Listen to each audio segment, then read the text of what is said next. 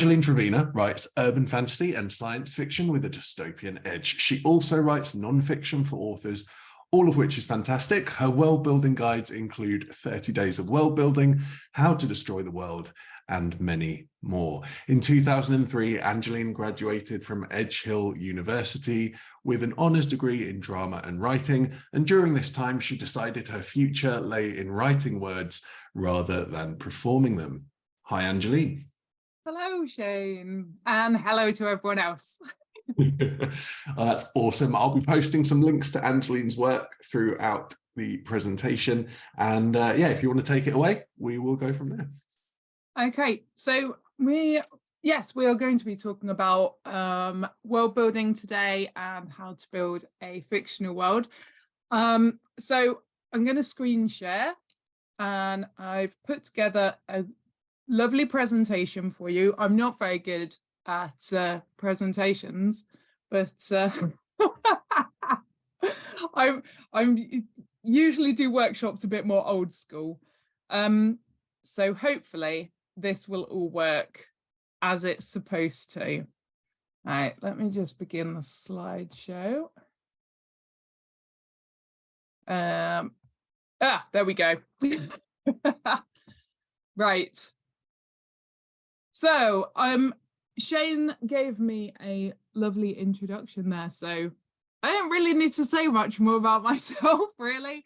So yeah, like he said, I am an independent author. I'm also a freelance illustrator, and yeah, I mostly write dystopian urban fantasy and post-apocalyptic fiction, but these days I am best known for my world building guides and also my fantasy maps. I am a fantasy cartographer, so I draw fantasy maps for people. So let's kick off with discussing what is world building. Because when most people think about world building, they tend to think about those vast, sweeping, epic fantasy landscapes such as Middle-earth or Narnia. And they also think about all those beautiful fantasy maps that we love to find in the front of books. We all love them. And then that's about it. That's as far as they go. But there is so much more to world building. So one big myth about world building is that it only exists in the fantasy genre. That is not true. So fantasy authors, absolutely, we are the world building heavyweights. We're the ones doing most of the world building work, but it does exist in every single genre. Science fiction is another genre that has a lot of world building in it. It may be that a sci-fi author is creating an entire galaxy. They might be making several different planets, each with their own flora and fauna, each with their own culture. Horror is another one where we see a heck of a lot of world building being done with monsters and myths and legends being created. But even genres like romance or cozy mystery can have world building. Because imagine that you are writing a cozy mystery and you are setting it in a quaint Cornish village. Now, the village is real. It really exists in real life, and you are using it as it exists. All the same buildings, the same streets, everything the same. But then you decide to add a little tea shop that has a private detective agency above it. So you are now creating part of the fabric of your story's world. And that's world building. So that is how it exists in every single genre. So another myth about world building is that it's about building entire worlds and epic landscapes. And again, this is not true at all. So every time you create anything for your story's world that does not exist in our real world, that is world building, okay? So every single tree, every boulder, every building, every secret agency for the eradication of the unnatural and undead practices, every time you create anything at all for the world of your story, that is world building. So while we're talking about world building and genre, it is very important, they are very closely linked. Knowing the genre that you are writing in is so important to world building because it is one of the main things that inform the amount and the type of world that you create. So for example, if you're writing epic fantasy, you are most likely going to be creating a vast, complex fantasy world. Now, obviously, you can go totally against the norm. You could write an epic fantasy based in a single cave or in a single house, but that's not what the readers are expecting. Most readers who love epic fantasy, part of the reason they love it is because of those vast worlds. So it's always a good idea to stick to the genre expectations. So this is why it's important to know your genre, because then you know what kind of world you're going to be building. So if you're writing urban fantasy, you're probably going to be building you'll be setting it in a real world city that really exists, but with a hidden paranormal section. Maybe paranormal people walk alongside humans, but are just not seen. Maybe there's an entire hidden world or a parallel universe that's linked into the real world city. If you're writing a space opera, you might be world building a single large spaceship. Maybe they never set foot off that spaceship during your story, or you might be building an entire galaxy. And if you're writing cyberpunk, you will be creating a futuristic high-tech city. But even more than just where your story is happening, your genre can also tell you what type of world you're building. So for example, in cyberpunk, it's going to be gritty and squalid, the world that you create, because the cyberpunk genre highlights inequality and prejudice by focusing its stories on the deprived characters and their lives. So yes, you'll be building a futuristic high-tech city, but your story will be set in the slums of that city. So this is why world building and genre are so closely linked, and it's important to know what genre you're writing so that you know what kind of world you create. But don't worry if you haven't nailed down your genre yet, because you can actually use the world that your story requires to help you figure out its genre. So if you're writing a story and it's all happening in a singular city, then you're possibly writing urban fantasy.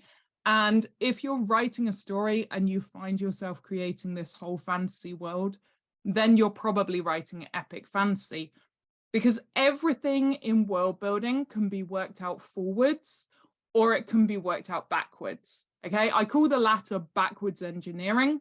And if you read any of my world building guides or follow me or listen to me a lot, you will hear that term a lot. So yeah, never worry if you haven't nailed down your genre, because you can work it out from the world that your story requires. So let's talk about why world building matters. Your world building is so much more than just a pretty background, and it should always be more than that. As writers, we spend a lot of time and effort making our characters real and fully rounded, relatable and believable. We give them goals and secrets. We give them strengths and weaknesses. We give them strengths that turn out to be weaknesses and weaknesses that turn out to be strengths. We give them quirks and hang-ups. We give them tragic backstories. We kill their parents. We imprison their friends, and we push them to breaking point. And why spend all this time making these characters that feel like real people, characters that we want our readers to see themselves in, to root for, to fall in love with? Why would we bother doing all that if we then drop them into a world that's nothing more than painted scenery.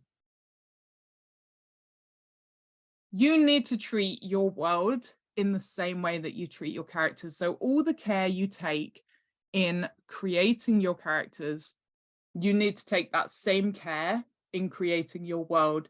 You can give your world goals and desires. You can give it strengths and weaknesses. You can give it a tragic backstory and a character arc.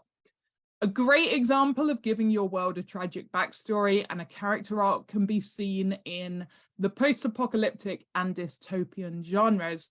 In post-apocalyptic, well, there's been an apocalypse. That's a pretty tragic backstory for your world. But you can also give your world a character arc, such as a redemption arc. So it can start out at the beginning of your story as a horrible place that no one would want to live, but it can end up being far more hopeful, or even a nice place. You can make your world change through the course of your book. So you can actually give a character arc and a story journey to your actual world. And then once you've built it and taken that much care over it, let it loose on your characters. See what happens. When your characters try to push against the world that they live in, let your world push back. And by treating your world like a character, you're equipping it with all the tools it needs to be able to push back. So we'll move on to ways in which you can actually do that. How the world impacts characters. When I talk about world building, I split it into two very distinct sections. So one section is the physical landscape of the world. That's the countries, the islands, the mountains and forests, the oceans and rivers, also the weather and the climate, nature. So it's all the physical stuff. The other section is the ideology of your world. So this is the society, the culture, everything that people, that humans create. The government, the education system, law and order, it's all of the things regarding society. And all of that impacts your characters and their story. And it actually impacts your characters before they are even born. So we are all a product of the culture or cultures that we exist in. So our culture impacts what language we speak, what religion we follow. It impacts what kind of education we have, what career choices we have. It impacts what we can and can't do through both legal restrictions and through moral restrictions and norms and expectations of behavior. It impacts our opinions of things and places and other people. It creates the lens with which we view and understand the world. And it actually creates the lens with which we view and understand ourselves. So yes, we are all a product of the culture or cultures that we exist in, whether we conform to them or whether we actively seek to rebel from the norms, we are still hugely impacted by that. For example, I am incredibly British. I am so British. I am an expert queuer. No one can queue as good as me. Like, I'm brilliant at it. And I'll apologize to a pillar after bumping into it. And I love to complain about the weather. I am somewhat infamous for just hating weather. And I see Shane nodding because he knows. I hate weather. I am so British. I am very much the product of the culture in which I live. Whether I agree with it all or not, whether I like it all or not, I am very, very much impacted by that. But what about the physical landscape? How does that impact us as people? This sometimes takes a little more thought, but it still has a huge impact on us. So you might be able to tell from my accent that I'm from the southwest of England. Specifically, I'm originally from Devon. I actually grew up on the edge of Dartmoor. it was practically like our back garden. So vast, open moorland is my happy place. Dartmoor is very much my spiritual home, and I'm never more at peace than when I'm there. And I need trees. Trees really affect my mood. I can always tell when I'm tree deprived. I get moody and anxious and unfocused. So I take myself off to spend some time around trees, and it calms me down. And so the actual landscape I grew up in has impacted me as a person. And it's the same with my husband, who grew up in Exmouth in Devon. He needs water and the sea, and being on the beach calms him down. And it's not just that. When I go away on holiday, I like city breaks. I love city breaks because it's something different. Cities are holidays, they're change. Moorland is home. So you see, the landscape of the world can have a big impact on a character too. So it can impact us in the kind of landscape that we feel comfortable in, the places that we go on holiday, but also the climate of the area that we live in as well. If you live in a particularly damp place, that will have an impact on the way you live your life. If you live in a particularly dry place or hot or cold, the climate has an impact on you. And it also impacts the extremes that you can stand. You know, us Brits don't like it incredibly hot, and we don't like it incredibly cold, because our climate is kind of in the middle. But it also impacts the kind of food that your characters will eat, the food that they have access to, the food that they culturally cook as well. But what's in season and when's it in season? Are they able to import food when it's not in season, or import food that they can't grow near where they are?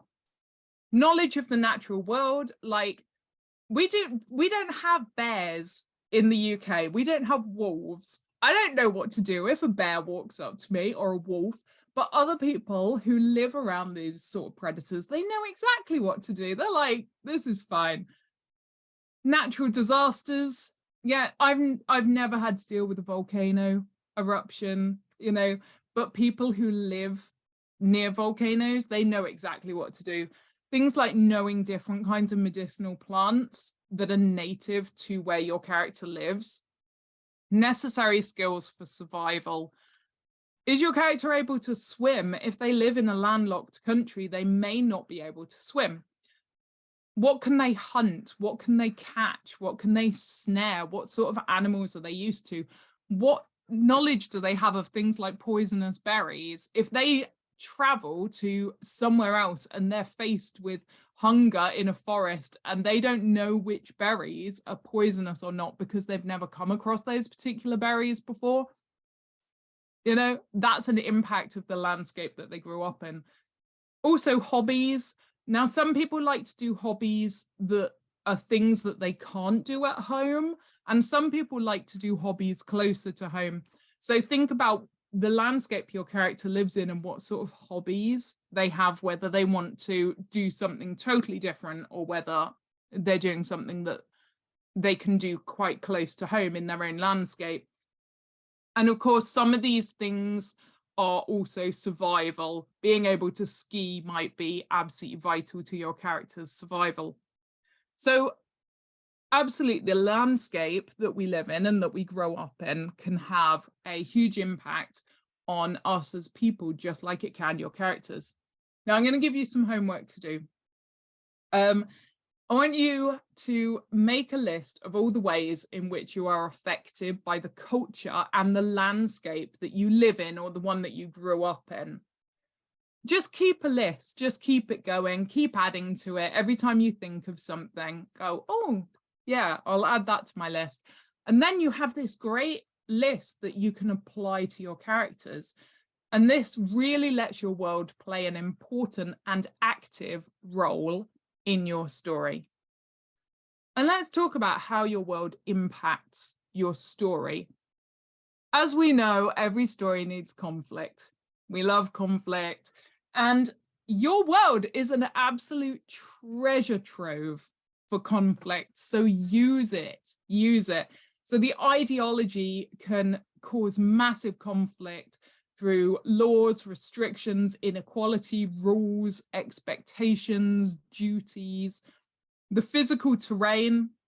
Maybe your characters need to cross very dangerous terrain, or maybe they need a certain medicinal plant or a magical ingredient that is very scarce and only available in a particular location. Obvious examples are, again, found in dystopia and post-apocalyptic fiction. Those two genres, I go on about them a lot, but they are so perfect for really clear examples of how your world can be active in your story and how it can create conflict. But it doesn't necessarily have to be conflict. The world can actually assist your characters. It might throw up good opportunities to escape. Maybe your characters can escape pursuers across some rough terrain that they're more familiar with, or maybe the weather rolls in and conceals them from their pursuers. Maybe they escape down a river, things like that. So it can actually assist them. And they can offer up, your world can offer up things that your character needs. Okay, so if your character is in a forest and starving, suddenly they can come across a food source. But do be careful of those God in the machine moments where something is just too convenient, where it's like, oh, how lucky for those characters that cropped up just when they needed it.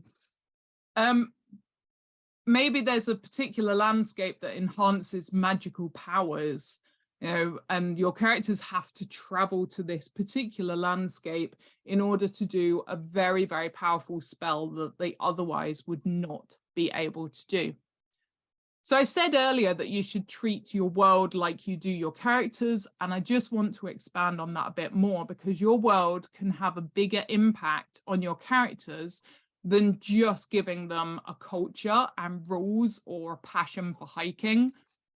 You want your world to have an active impact on your story, an active role, because it can offer up so many opportunities for conflict, or for your character's growth, or for pushing the story towards its conclusion. Your world is such a fantastic story tool, so make the most of it. Don't let it be idle. And these are ways in which you can actually use your world as plot points. Your world can be the inciting incident of your story. So the inciting incident is the point in your story where everything changes for your character. It's the event that spurs them into action and sets them off on their journey. A very obvious example of this, again, is in apocalyptic fiction. An apocalyptic event happens, be it an earthquake, a zombie outbreak, a climate catastrophe, or whatever, and it changes everything. Suddenly, your character's journey is set into motion and they're traveling across the country to reunite with their family, or to find a cure, or to find a way to change an asteroid's trajectory. Your world can also play the part of the final goal, the thing that your character is questing towards. It can be the thing that your character seeks to achieve at the end of their story. And examples of this can be found in dystopian fiction. You start with a horrible, unfair, oppressive world, and your character leads a revolution to change it. Their goal is to make the world a better place. Disney's WALL-E, that movie is another great example of this, where the final goal is to return to Earth, even though that goal gets a little bit lost for the humans along the way. But maybe your characters are looking for a new habitable planet, or to find a way to reverse the poisoning of the air, or looking to wake up nature, which has lain dormant in the Earth for centuries. So these are ways that your story can be a plot device, but your story can also take on character roles in your story. Your world can be the antagonist. So an antagonist is someone whose own goals oppose the main character's goals. They're the villain, the bad guy in your story. Returning again to dystopian fiction, For a really clear example, the antagonist is often an oppressive government, and we'll see that role enacted through laws that divide and oppress the population, through an education system based on teaching propaganda, through the fabrication of historical events. And while your character's goal might be to overthrow that government or free an enslaved section of society, or to change the law to allow low-born people access to magical training, the government's goals will directly oppose that. So your world can play the part of the antagonist in your story.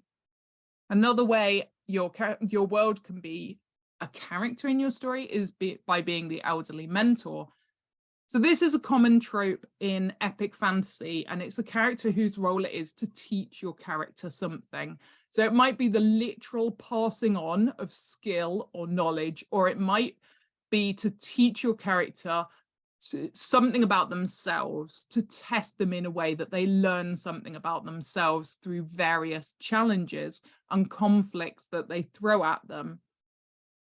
Perhaps your character needs to learn patience because their hot-headedness keeps making them fail, or perhaps they need to learn to believe in themselves and to realize that they're braver or stronger than they think. And your world can throw challenges at them so that eventually they learn this, and that helps them to then achieve their final goal.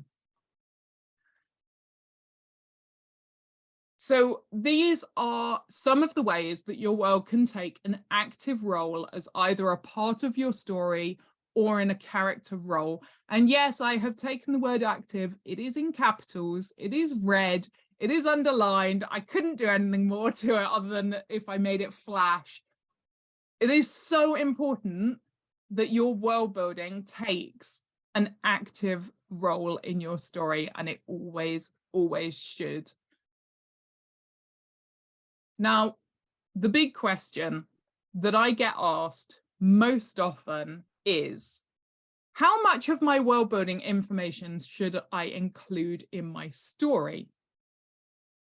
And I'll tell you now that you will end up with a lot of world building work that will never make it into your story. And that's okay. Now, I started my writing career writing short stories, and one thing you learn about writing a story within a very tight word count limit is that you have to be efficient with your words. Every single word needs to be pulling its weight. It needs to be working hard. You have to trim out every word that isn't working double time for you. And it's no different with your world building. You have a limited amount of space. So you need to make sure that every piece of world building information is pulling its weight and actually doing something. So what do you include? Now, I have a rule, and that is that every piece of world building information that makes it into my story has to be doing at least one of these things: revealing character, pushing the plot forwards, exploring the themes of your story.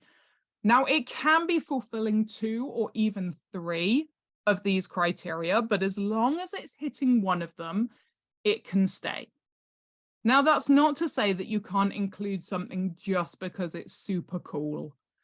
If it'll make your readers smile or laugh or fill them with delight and wonder, don't discount the importance of that, because we are, after all, writing to entertain people.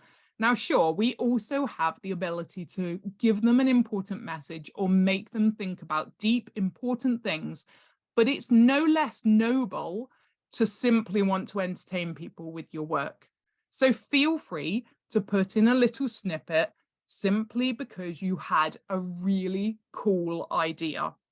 But if you can find a way for it to hit one of these criteria, all the better.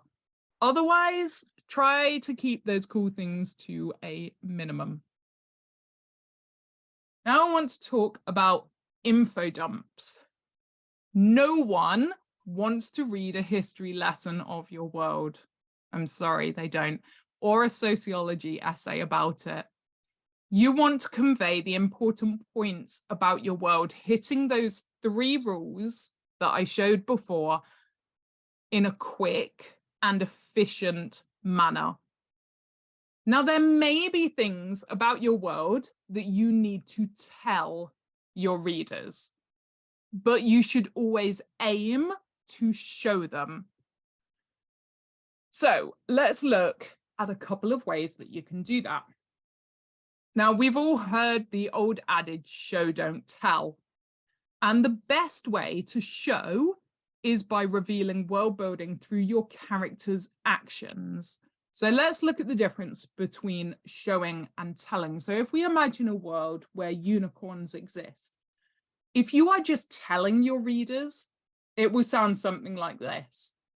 It was less than 5 years ago that the first unicorn had been seen. Everyone thought it was a hoax at first, but sightings soon became more frequent, with reports of unicorns being seen all over the world. But people weren't used to it yet. Seeing a unicorn was still a shock. So that is you telling your reader about unicorns. What's better is to show them. And it might sound something like this. He stopped, blinking hard, his mouth gaping open. "Did you see that?" he gasped. "It was a unicorn, a friggin' unicorn. That's the first one I've seen." So you're showing your audience exactly the same as what you told them, but it's so much more engaging and it's so much easier for them to understand and to grasp when it's done in an active way. Now that's showing them one thing. You could show them something totally different about unicorns in your world. He smiled, casually waving at the unicorn across the street. "Hey, Ian, how's it going? Family all good?" So those are 2 different ways of showing, and we are showing completely opposite things about the unicorns. In the first example, we're showing that they're still pretty unusual. They're around, but they're still pretty unusual. In the second one, they're totally normal. They're everyday. It's like seeing your neighbor. And the good thing about the showing is that it's active and it's done through the eyes of your point of view character. And it's really quick and easy for your readers to grasp. They don't need an essay on the history of unicorns. Okay, and that's really, really important to remember, that every time you can, you are showing the information, not telling it, which is a rule you should be following in every single part of your writing anyway. Because the best, quickest, and most engaging way to reveal world building is through your character's actions or reactions. So each of these following examples are teaching us something about the world that the characters live in. So maybe we see a character running from the police after performing illegal magic. Okay, we are being shown that magic is illegal and they will come after you if you use it. Maybe your characters are picking heart-shaped mushrooms in the local forest while their friend keeps watch for dragons. You're teaching your readers something about the world, but in an active way. Maybe your characters are hurriedly fixing the hyperdrive tension rod during a live countdown to an emergency warp speed maneuver. You're showing them through active ways. The second best way to reveal your world building is through conversation. 2 characters discussing an aspect of your world. But again, you want to avoid giving a history lesson. So if you find yourself writing something like, "Ah, yes, but remember that people from the slums can only use low magic, which is basic and frankly a little haphazard. As you're aware, you need to be born into wealth to enjoy the privilege of access to the master academies." Okay, if you're writing that, you need to step back and think again, because basically that is just your character telling your reader. It's no different to when you're telling as a narrator, you're just putting the narration into a character's mouth.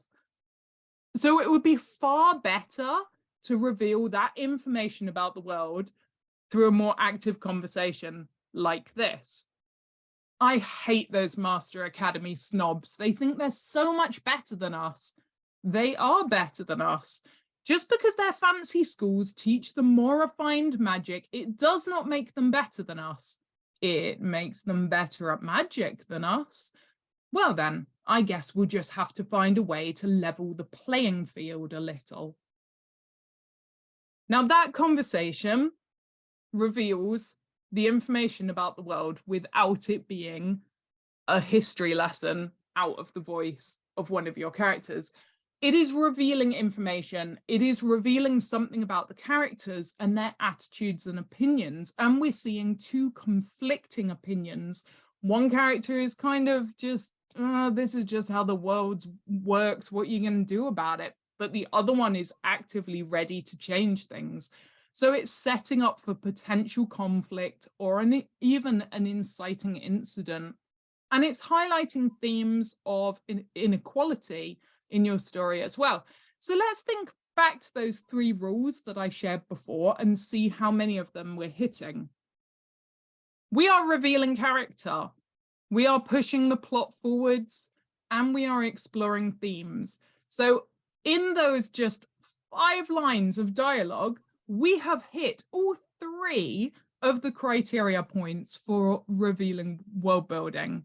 Like that is how you want to be revealing your world building, actively and hitting as many of those 3 rules as you possibly can.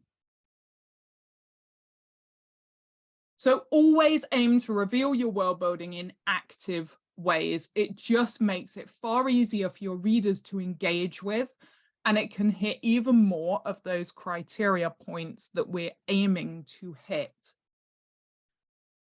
Let's talk about learning curves.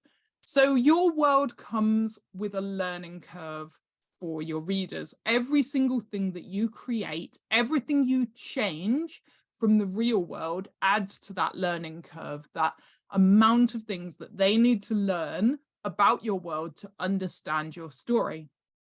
And you want to make that learning curve nice and smooth for your readers. If they feel like they have to climb a mountain to understand your story, if they feel like it's too big a barrier to entry, they are simply not going to read it. And you can make that learning curve gentler by using active ways to reveal your world building and by drip feeding information slowly. Tell them what they need to know when they need to know it. So don't bombard them with a whole load of world building information on the first page of your book, because it is overwhelming and it is confusing.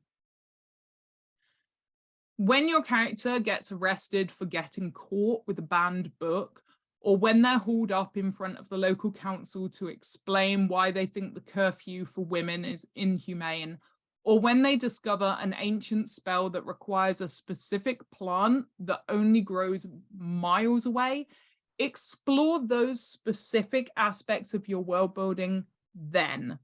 Cross bridges when your characters come to them. But also, there's always a but. Also remember that foreshadowing is your friend. So you can hint towards things that are going to be important later on in your book.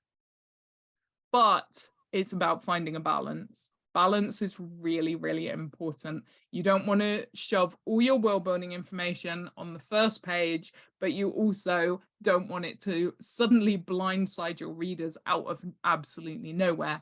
So find a nice balance.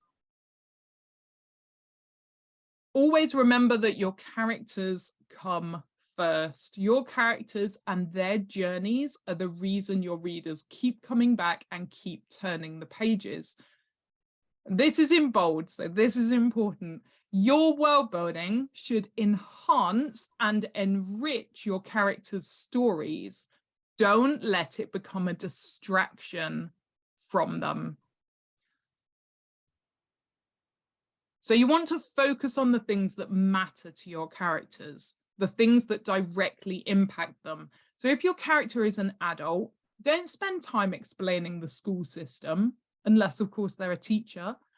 And if they're not religious, don't spend time describing a ritual they don't attend, unless they're going to disrupt it.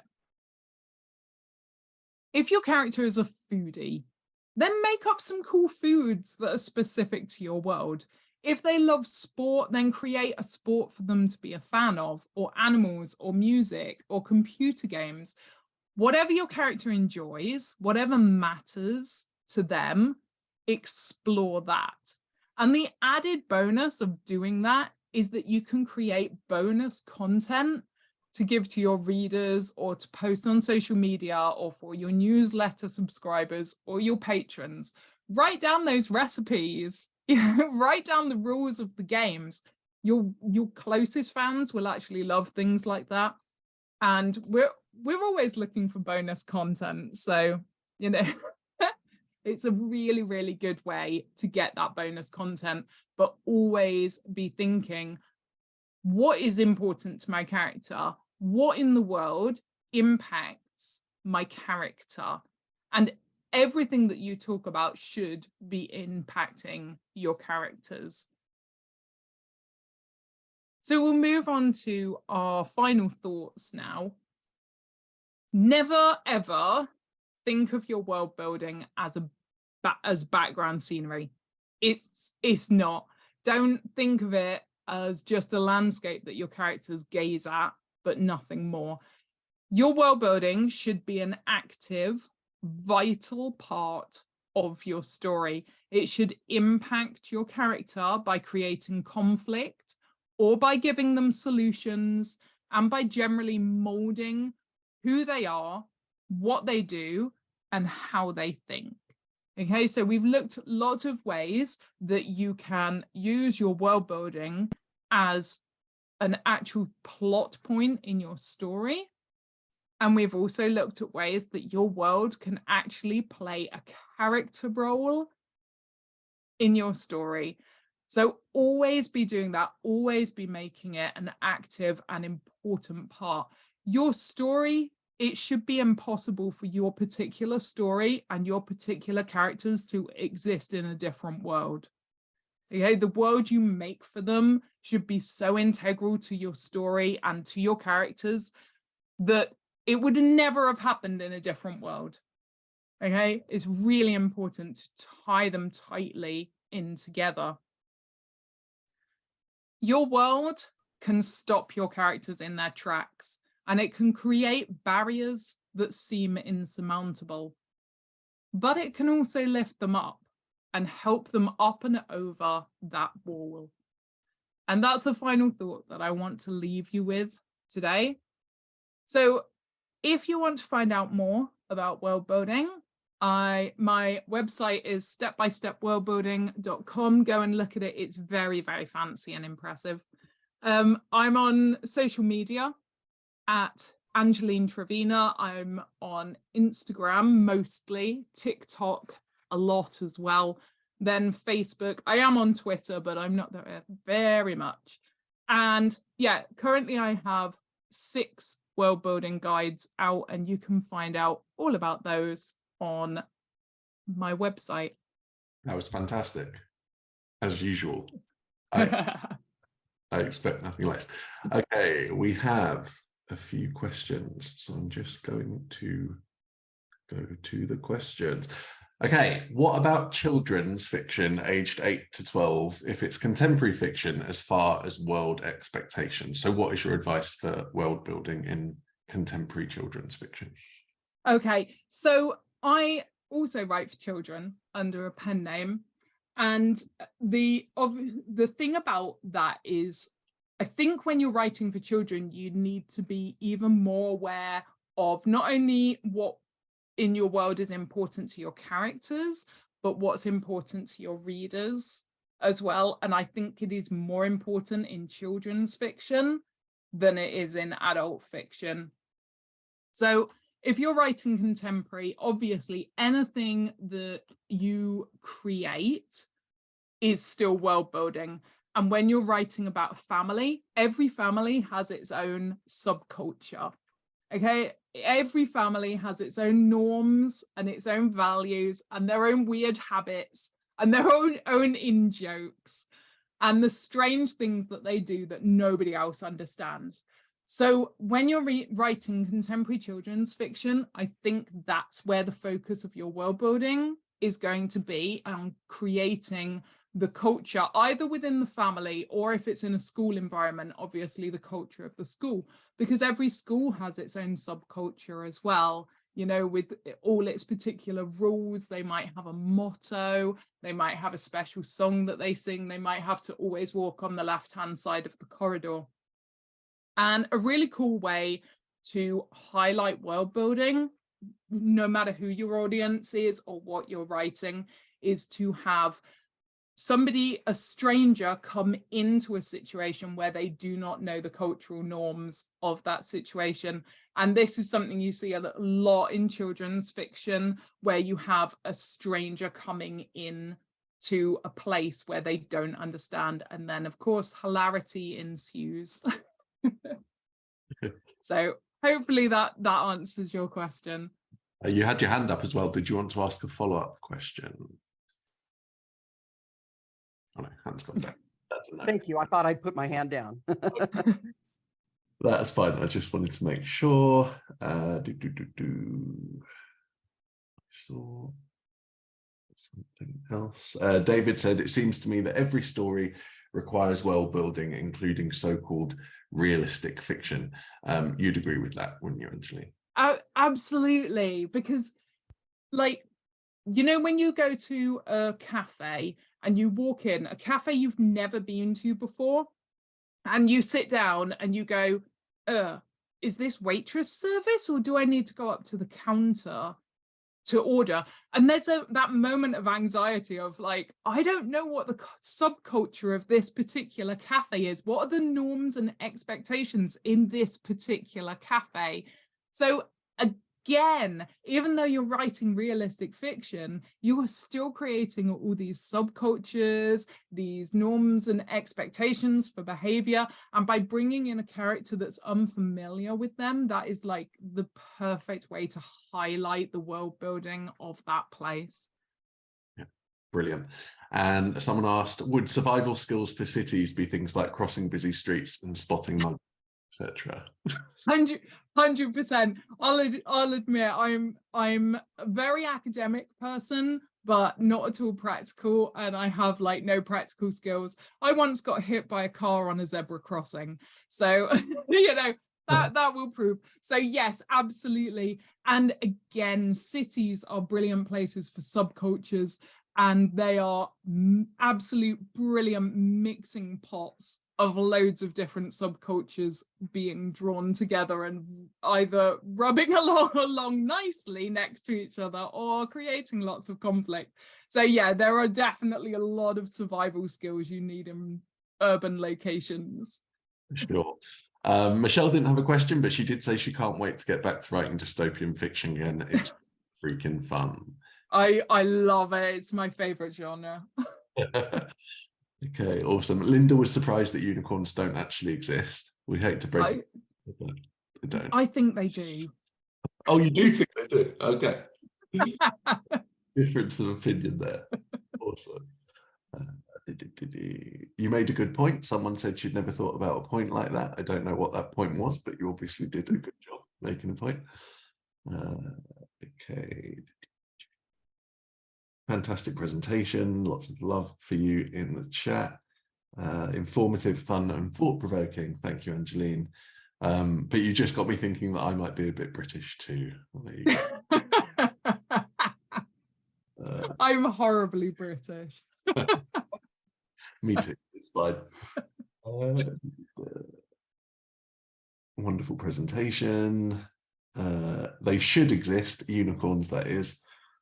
Okay, my story starts with a great conflict through misunderstanding about views of overweight people in 2 different countries. Well, you were saying about that, weren't you? Yeah, yeah. This is brilliant for world building, because you're creating 2 opposing, conflicting cultures, and it's the best way that you can highlight world building and explore topics.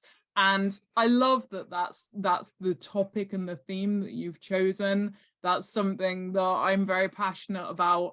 And yeah, absolutely have fun with that. Just be aware that there are a subset of readers who think that everything we write in books is our own opinion. Yes, that is true. I've encountered that many times. And then Ruben said, we usually try to base our fictional worlds on real life places and cultures, don't we? I assume they mean if even if you're writing fantasy, there will be a base.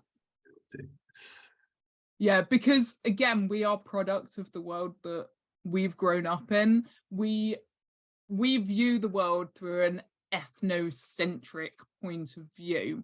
So we can learn as much as we want about other cultures, about other people, about other countries, but we are still inescapably viewing it through our own personal understanding of the world. And a lot of that understanding of the world comes from the impact of our own culture. So yeah, we grab onto things that we're familiar with, but also grabbing onto those things that we're familiar with is perfect because it's smoothing out that learning curve for your readers. There is less for your readers to learn. Everyone knows what it's like to stand in a forest. Okay, so you have your characters stand in a forest, your readers are instantly there, and they will totally accept that they look up and they see a dragon flying over because they feel familiar in the forest.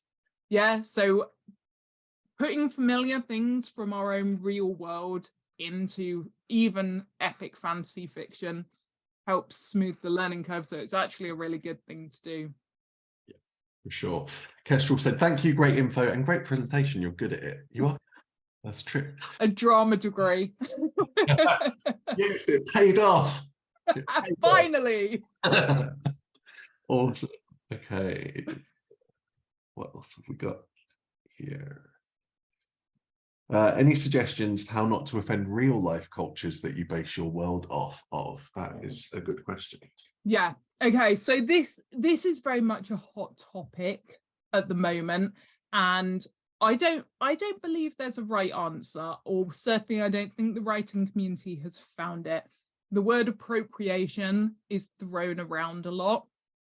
So this is my personal beliefs about how you should treat this. So as a white person, absolutely, I can write people of color as characters, right? That's not a problem. I can do that. The world is a diverse place and my writing should reflect that world. What I would not write about is what it's like to be a person of color. So what it is like to experience racism as a person of color. Personally, that is something that I think should be spoken about by writers of color, not me. It's not my personal experience. I can never, ever experience racism as a person of color because I am white. So I can never. So that is something I would never, ever do. When it comes to using cultural items or basing something on another culture, research, and that is not just Wikipedia, right? Please don't think that just reading a few Wikipedia entries is enough. The research you need to do is you need to go and find people from that culture, and you need to interview them, and you need to talk to them and do full due diligence.